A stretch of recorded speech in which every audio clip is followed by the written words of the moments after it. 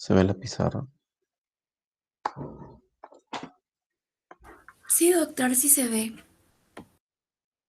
Ok, pues vamos a empezar.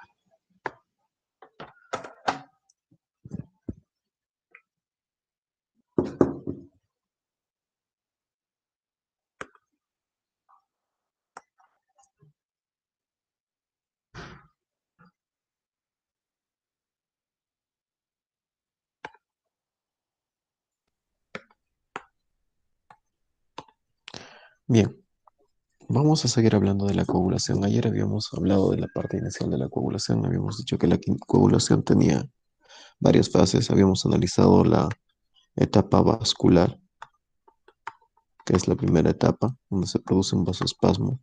Habíamos analizado luego la etapa plaquetaria o de trombo primario y cómo es que las plaquetas se unían y se agregaban. Y ahora nos queda por analizar la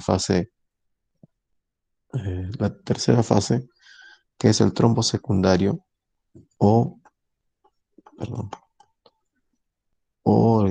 la formación de la fibrina, ¿no? Que depende de los factores de coagulación.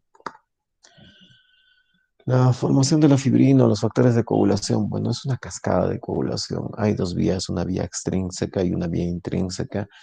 Y la verdad es que es un poco difícil o se les hace difícil a algunos aprenderla o conocerla, pero yo en realidad creo que no es difícil. De la manera en la que se les voy a explicar, no va a ser tan difícil, espero, y pienso facilitar el aprendizaje. Entonces, existen dos vías. Existe una vía extrínseca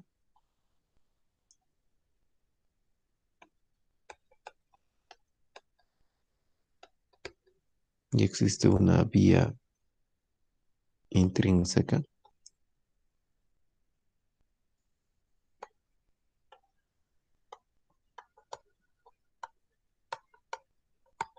Las dos convergen en una vía común.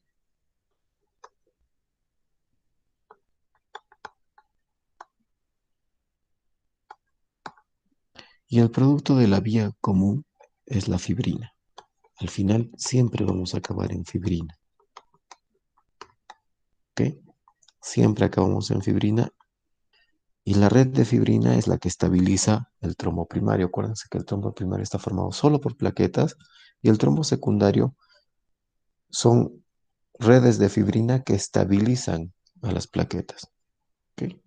Hay otros factores que continúan a la fibrina que los vamos a analizar, que son factores que estabilizan a la fibrina, un factor estabilizador de la fibrina. Ok, entonces vamos a desarrollar esto. Entonces, nuevamente tenemos una vía extrínseca, una vía intrínseca, ambas convergen en una vía común y esa vía común termina en fibrina. Eso es lo que vamos a ver. Ahora, ¿cómo les recomiendo ver o aprender esto? Si la vía acaba en fibrina, veamos cómo es que se forma la fibrina y de ahí para atrás y vamos a aprender toda la cascada de coagulación así. Entonces empecemos con la fibrina. ¿De quién procede la fibrina? Del fibrinógeno. Fibrinógeno. Es el Doctor. fibrinógeno.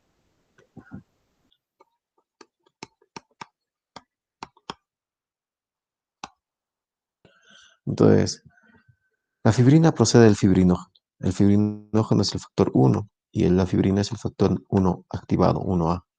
Y es así, nada más. Listo. Ahora, ¿quién hace que el fibrinógeno se transforme en fibrina? Hay un factor que activa este cambio. Ese factor es la trombina. ¿De quién procede la trombina?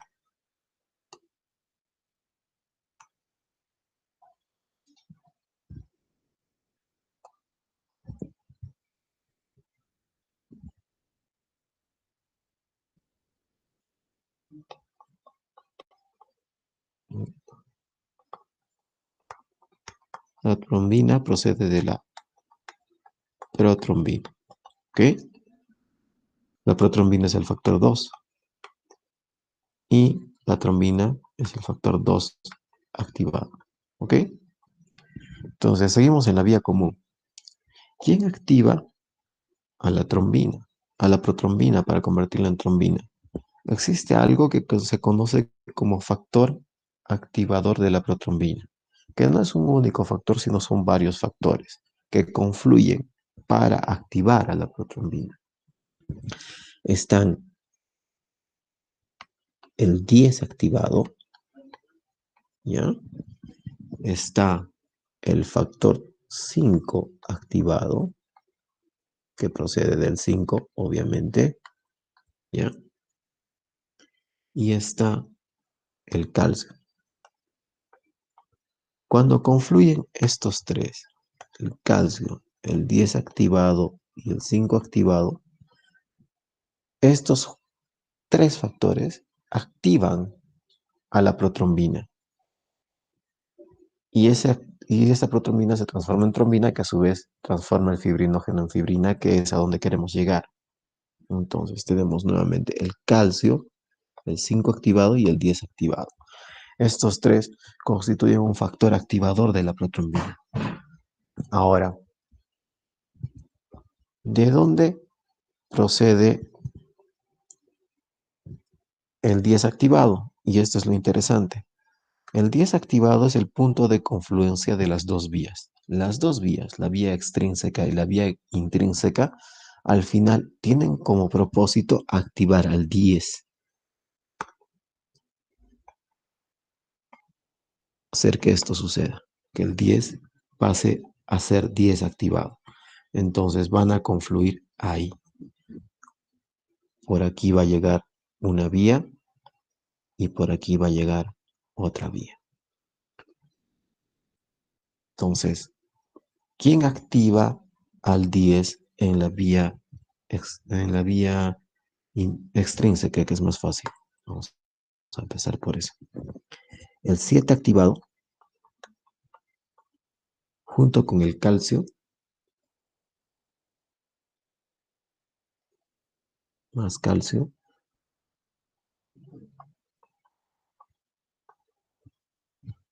vamos a destacar el calcio aquí, juntos activan al 10.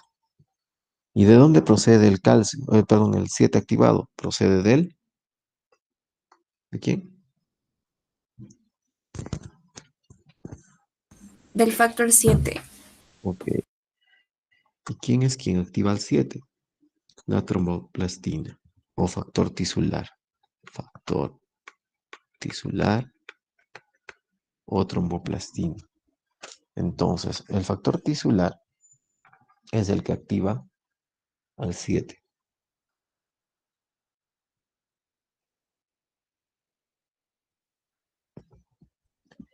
Entonces, este factor activa al 7 y el 7 junto con el calcio. Con el calcio. Y el 7 activado es el que junto con el calcio activa el 10. Esta, que es cortita, se conoce como la vía extrínseca. Esta es la vía extrínseca. ¿Qué factores están implicados en la vía extrínseca? El factor 7, ¿ya? El factor 4, que es el calcio, y el factor tisular o tromboplastina, que es el 3. Pero básicamente y fundamentalmente es el 7, que cuando se activa forma el 7 activado y ese 7 activado es el que va a activar al 10. Ya les he dicho que la activación del 10 es la vía común. Bien. Ahora, ¿cómo es que se activa por la vía intrínseca el 10? Es una cascada de eventos y es bien fácil de recordar. Nada más tienen que hacer un orden descendente, un recuento descendente. ¿Se acuerdan que debajo de el endotelio, aparte de este factor tisular, ¿se acuerdan que hay factor tisular debajo del endotelio, ¿no es cierto? Pero debajo del endotelio también hay colágeno y factor 8. Entonces el colágeno y el factor 8 que están debajo del endotelio van a actuar como activadores y coactivadores de la vía intrínseca. ¿Y cómo es la vía intrínseca? Empieza con una descendente en el cual el factor 12, solo tienen que recordar 12, 11, se saltean el 10 porque el 10 está aquí, el 9 con participación del 8 y ya está, ya lo tienen. Entonces, el factor 12 se activa y pasa a ser 12 activado. ¿Quién activa el factor 12? Aquí. Vamos a borrar esto un poco, ya lo tienen lo de arriba. El colágeno. El colágeno que está debajo del endotelio activa el factor 12. Este factor 12 activado hace que se active otro factor, el que sigue en la cuenta regresiva, el factor 11. El factor 11 pasa a ser factor 11 activado. Este factor 11 activa el siguiente factor. No puede ser el 10 todavía. Es el 9. Entonces este activa el factor 9.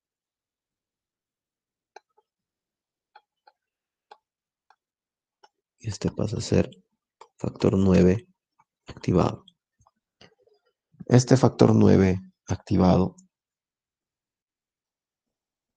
junto con el otro factor, ¿ya? Este de aquí, junto con el factor 8,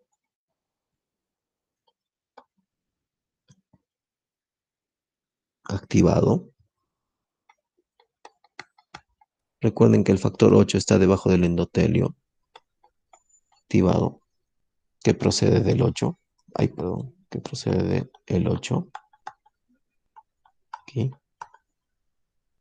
Más calcio,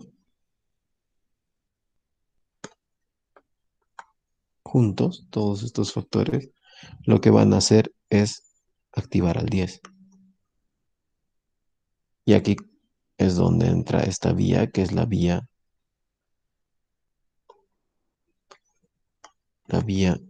intrínseca.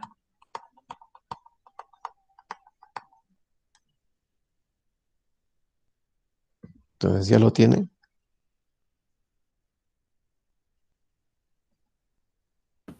Sí, doctor. Y vamos a acomodar esto para que lo puedan ver mejor. Entonces, nuevamente, repasando.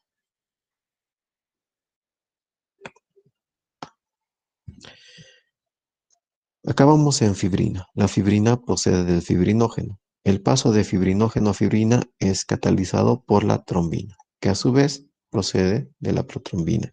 ¿Quién activa la protrombina? Algo que se conoce en su conjunto como factor activador de la protrombina.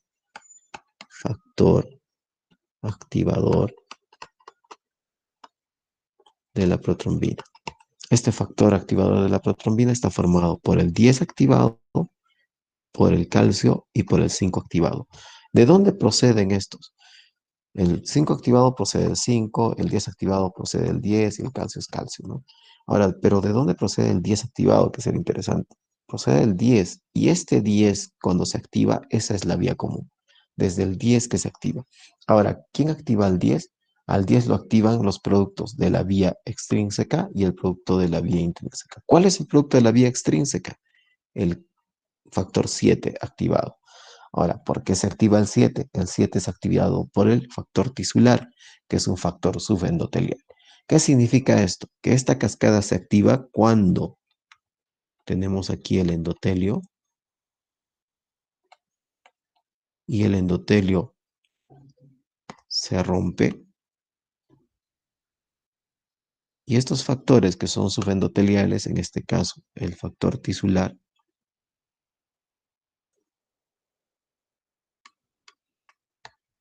es expuesto. Entonces es expuesto a los factores que están circulando aquí. En este caso al factor 7. Entonces este factor 7 y el calcio que están aquí reaccionan con el factor tisular y se activa el 7. Y esa es la vía extrínseca. Concluye con la activación del 7. Ahora este 7 más calcio van a activar al 10 y eso ya es la vía común. Uno. Dos. Por el otro lado tenemos la vía intrínseca. En la vía intrínseca nosotros vamos a concluir con el factor 9 activado, que va a ser el activador del 10. Ahora, ¿cómo es que concluimos con este factor 9 activado? El 12 pasa a ser 12 activado en presencia de colágeno. Y el colágeno también está aquí. Está oculto normalmente. Está tapado por el endotelio. Pero cuando se rompe el endotelio por una herida, ese colágeno queda expuesto. Entonces, ese colágeno activa al factor 7. Perdón, al factor 12. El factor 12, una vez activado, activa el factor 11. Y este factor 11 activado activa el factor 9. Ahora, el factor 9 junto con el factor 8 que está activado, y hay que recordar que el 8 también es subendotelial, también está aquí, ya, procede del subendotelio.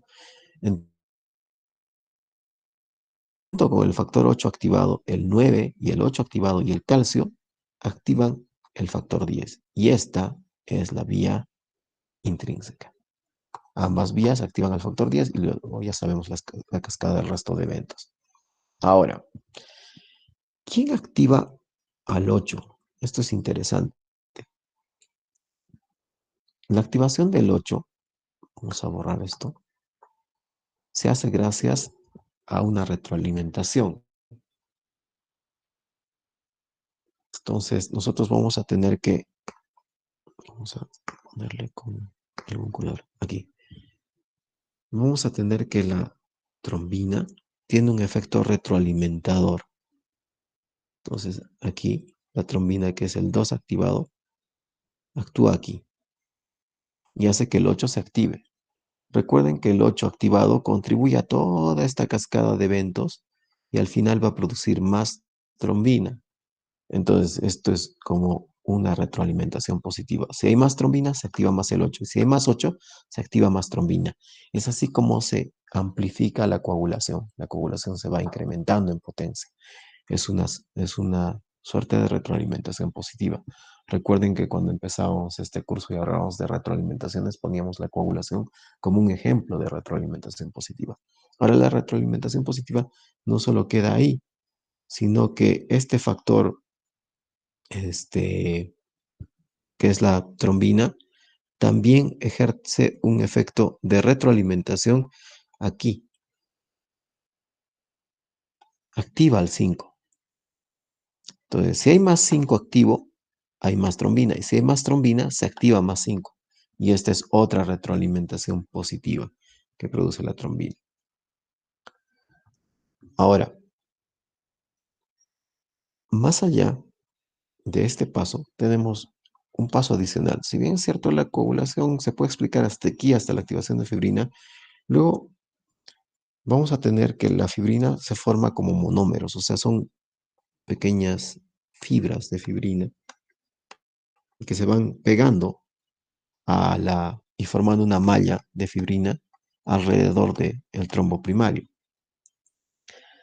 Y esta malla es una malla que es así, suelta. Ustedes van a tener malla, malla, pero que no hay uniones estables entre estas fibrinas. Las uniones estables luego son establecidas por un factor que hace que se formen enlaces entre los polímeros de fibrina y esta malla de fibrina sea estable. A este factor, que es el factor 13, se le conoce como factor estabilizador de la fibrina que forma estos enlaces. Este es el factor 13.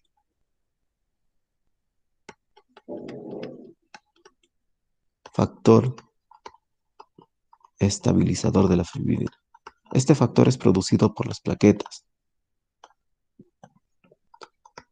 Cuando hablábamos de los gránulos del gran número y hablábamos de los del contenido de esos gránulos también pueden contener este factor estabilizador de la fibrina. Entonces, contribuyen a que se forme la fibrina y se establezca la fibrina.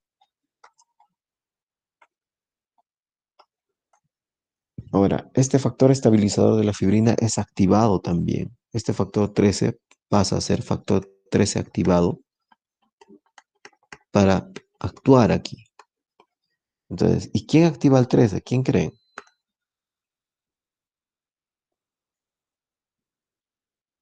La fibrina misma. No, la trombina. La trombina. La trombina también actúa aquí y actúa. Entonces, uno de los factores más importantes, si bien es cierto, el factor final es la fibrina y ya estabilizada, pero uno de los factores más importantes y claves en el desarrollo de la cascada de coagulación es la trombina, ¿no? La trombina, miren cómo interviene en la activación del 5, que es parte de su propia activación, en la activación del 8, factor de von Willebrand, dentro de la vía intrínseca y que es también activador de la trombina a la larga, y cómo contribuye a la estabilización del coágulo activando el factor estabilizador de la fibrina, que es el factor 13. Entonces activa todos estos factores. Entonces esta es la cascada de coagulación, muchachos. No es tan difícil como ven. Yo prefiero analizarla así que memorizarla, analizarla de abajo para arriba. Recordar que el fibrinógeno se activa y se transforma en fibrina, la protrombina, trombina, y cómo estos son activados por el factor 10 y al final vamos a acabar en la activación del factor 10 por ambas vías. Y como la vía más simple es el 7, que pasa a 7 activado en presencia de factor tisular y calcio, y ya está, y esa es la vía extrínseca. Y la otra es una cascada descendente de 12, 11, 9 y 8, ¿no? Y el 8 le ayuda al 9 para activar al 10, el calcio. Entonces, yo no lo veo tan complicado. Ah, y esto funciona así. Por último, eh, y, y la fase final, habíamos dicho que entonces habíamos analizado la fase vascular, la fase plaquetaria, la fase de formación de fibrina o de trombo secundario. Existe una cuarta fase. ¿Cuál era esa cuarta fase? La fibrinólisis. Perfecto, la fibrinólisis. Entonces, la fibrinólisis tiene que ser destruida tiene que ser destruida la fibrina para que se restablezca el flujo sanguíneo. Y esta fibrina es destruida por ¿qué factor? También lo dijimos en la anterior sesión.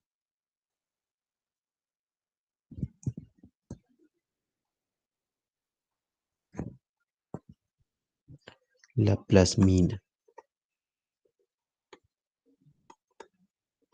La plasmina destruye estos enlaces que han formado el factor estabilizador de la fibrina, entonces desestabiliza la fibrina y la fibrina se rompe y se rompe el coágulo. Ahora, ¿de dónde procede la plasmina?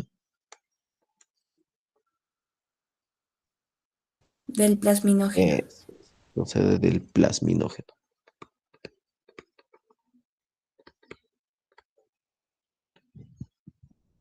Entonces, la plasmina procede del plasminógeno y el plasminógeno es activado por un factor, que es el factor activador del plasminógeno, tisular.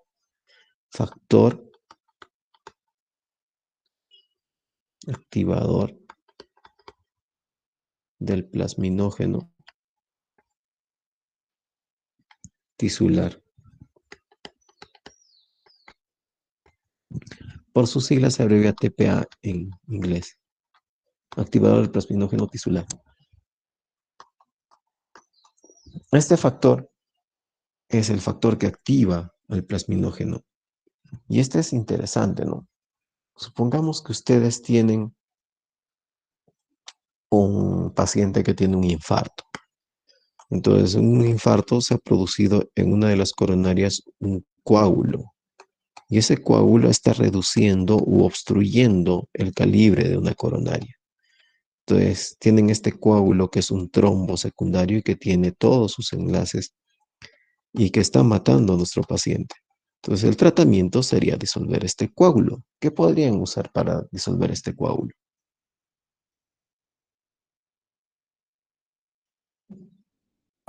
El factor activador de plasminógeno. Eso es.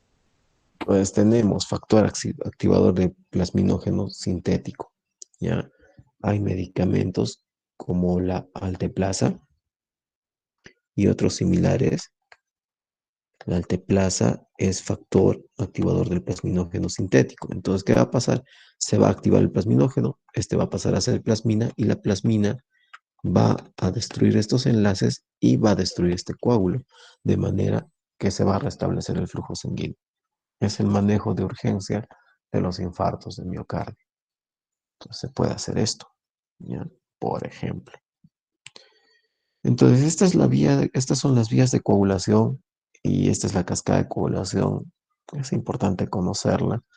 Hay maneras de medir si alguna de las vías está bien o está mal. La vía extrínseca se mide midiendo con una prueba que se llama TTPA, que es tiempo, a ver, tiempo de tromboplastina parcial activada. Entonces, el tiempo parcial de tromboplastina activada, y recuerden que la tromboplastina es este factor 3, el factor tisular es la tromboplastina. Entonces, se activa la tromboplastina y se ve cuánto tiempo toma en formar un coágulo. Y eso se mide, y mide esta vía, la vía extrínseca. Y la vía intrínseca mide el tiempo de protrombina, el TP, ¿ya? Porque recuerden que la protrombina cuando se activa, ¿ya? Retroalimenta a esta vía. Entonces el tiempo de protrombina mide la vía intrínseca. Entonces con estas mediciones de coagulación que se hacen en laboratorio se pueden determinar si una de las vías está bien o está mal y se puede determinar qué tipo de tratamiento le vamos a dar a nuestro paciente. Ahora, otra cosa que es importante y que deben recordar es los factores de coagulación. Los factores de coagulación que son vitamina K dependientes, porque no todos los factores de coagulación dependen de la vitamina K. Vitamina K dependientes. Para esto hay una mnemotecnia que es 1979. Perdón, 72. 1972. Este es el factor 10, el 9, el 7 y el 2. Estos son los factores que dependen de la vitamina K. Que cuando hay deficiencia de vitamina K, estos factores no se activan. Ahora, otra cosa que deben recordar respecto a estos factores es lo siguiente. ¿Cómo es que funciona la vitamina K para activar estos factores?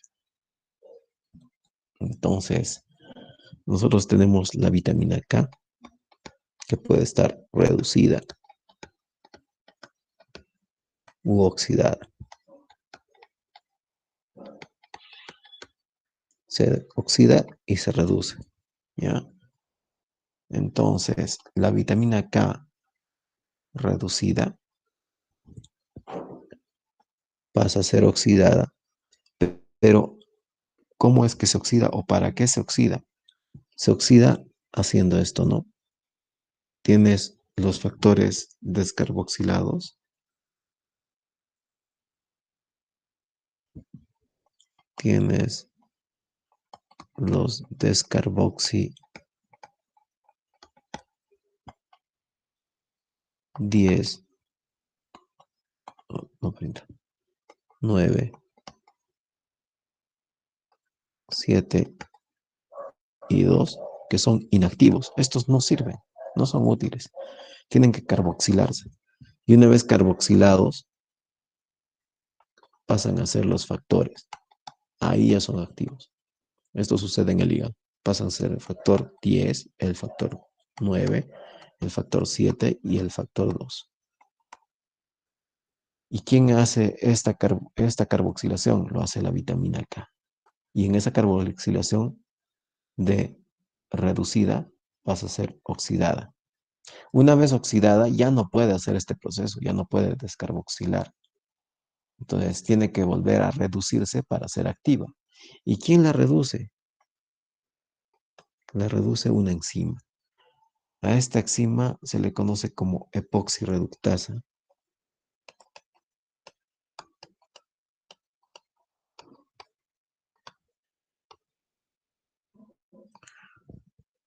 O también como vitamina K oxirreductasa, por sus siglas, BKOR, vitamina K oxirreductasa.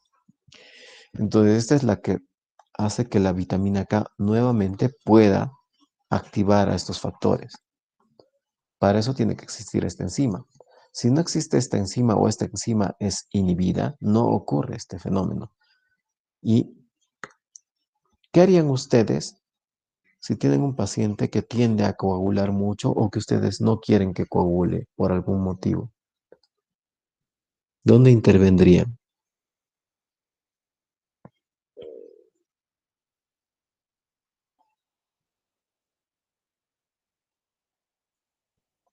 Les convendría que haya, Reductazo, doctor. les convendría que haya más de esto o menos. Más, doctor. Más. No, No quieren que coagule menos, doctor, menos. menos de esto, ¿no? Entonces, hay un inhibidor de la epoxirreductasa que hace que haya menos vitamina K reducida. Y ese inhibidor se llama warfarin.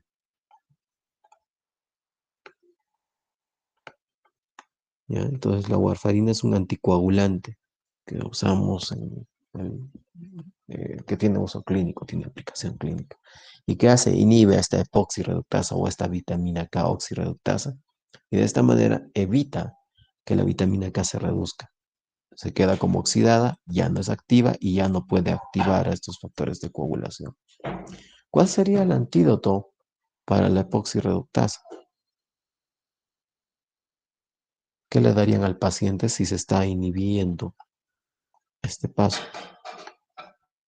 Si esto no está sucediendo, para contrarrestar en un paciente que haya tomado mucha warfarina y esté desangrándose.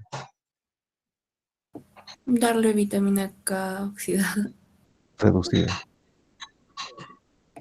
¿Ya? Perdón, Entonces, reducida. si le damos vitamina K a nuestro paciente, inhibimos este efecto. Normalmente la vitamina K farmacológica viene bajo su forma reducida. Entonces el antídoto es darle vitamina K. ¿Ya? Entonces las intoxicaciones por warfarina se tratan con vitamina K. ¿Han entendido? Sí, doctor. Bien. Entonces esta es la cascada de coagulación. Así va. Estos son dos fármacos importantes que se pueden usar en situaciones clínicas especiales, conociendo esta cascada de coagulación. Ahora quiero compartir con ustedes un video que es medianamente divertido y les puede ayudar a repasar, si es que les voy a dejar el link después. Les puede ayudar a repasar estos factores de coagulación ah, de una manera más amena de que lo que pretende ser esta clase. Entonces voy a compartir de nuevo mi pantalla con ustedes. Voy a dejar de compartir, luego voy a compartirla como ventana para que puedan ver el video y luego comentamos. Okay, ¿dónde está esto? Perdón, esto no es aquí. Déjame presentar. Y ahora vamos aquí.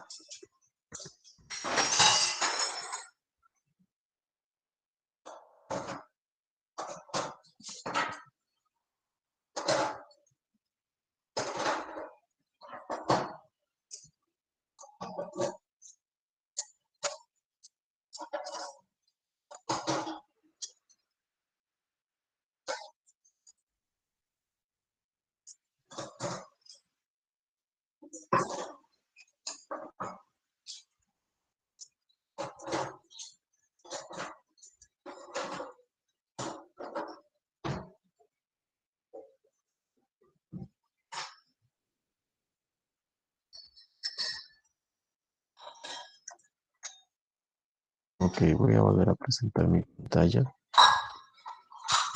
Vamos a presentarlo como pestaña. ¿No?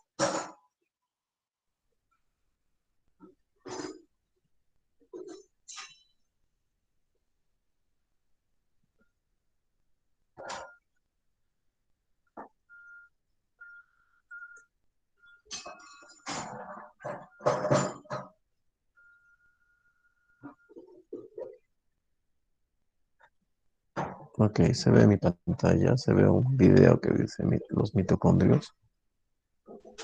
Sí, doctor, sí se ve. Ahora se escucha el audio. ¿Se escucha el audio del video? Sí, doctor.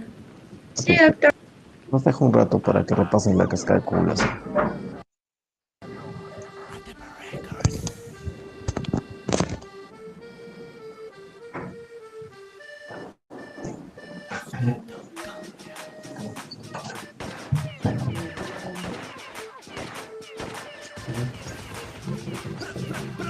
Estoy sangrando, tengo una herida. Habrá hemostasia con fibrina y vasoconstricción. Habrá hemostasia cuando se active cascada de coagulación. ¡Los mitocondrios! ATP Records.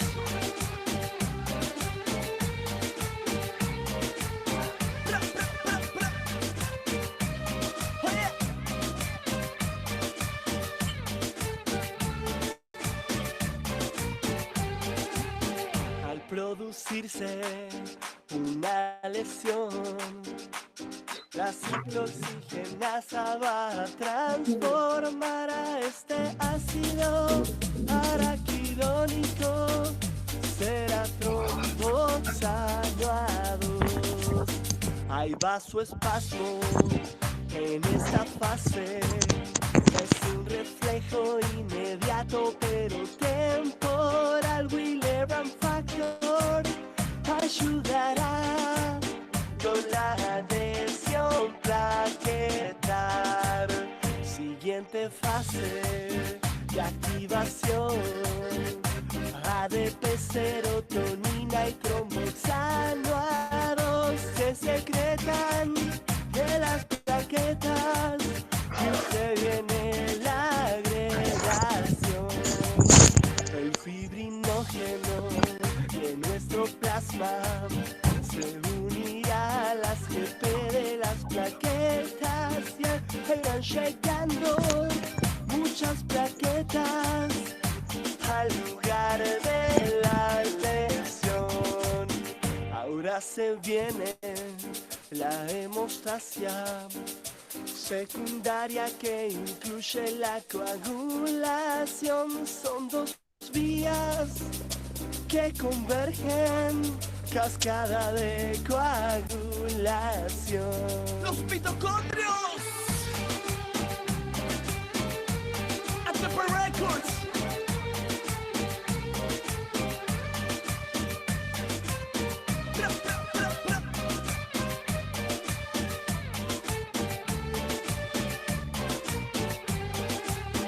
La vía extrínseca va a empezar con factor 3, también llamado factor tisular. Con factor 7, el activado, van a activar al 10.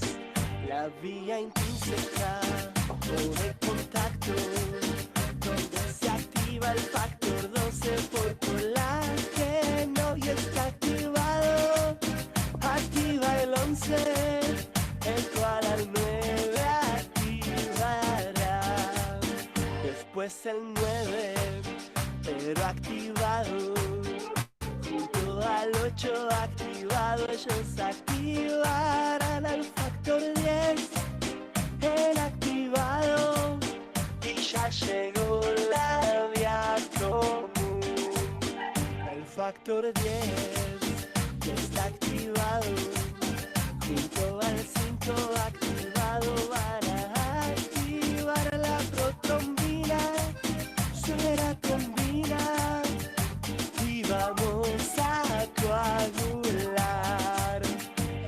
fibrinógeno por la trombina se activa y monómeros irá a formar luego el 13 a la fibrina la irá a estabilizar. Estoy sangrando, tengo una herida, habrá hemostasia con fibrina y vasoconstricción, habrá hemostasia cuando se active cascada de coagulación.